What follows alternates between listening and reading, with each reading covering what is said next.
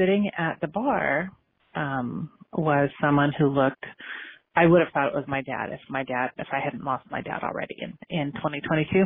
Yeah, he was sitting there and he had on the fedora, the members only jacket, the glasses, the hair. I mean, it could not have been more my father than if my father was sitting there. We all just cannot believe what we saw. My dad was there.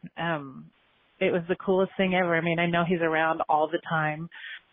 But I had just never seen something so, I see things all the time, but everyone in my family was really tripping out because they're like, my brother even went up and struck up a conversation and he just looked at my brother and my brother said, I had to come up to you, for obvious reasons. And he just held up his glass and he said, cheers to your daughter's wedding.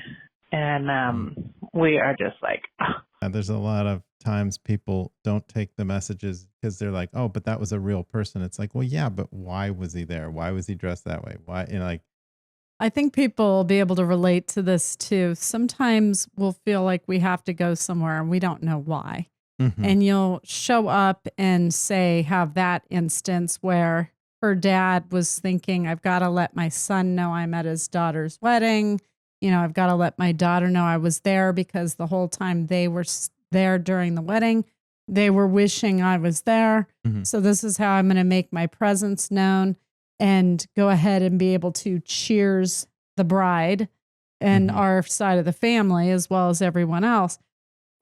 So the dead do use the living to get those messages across.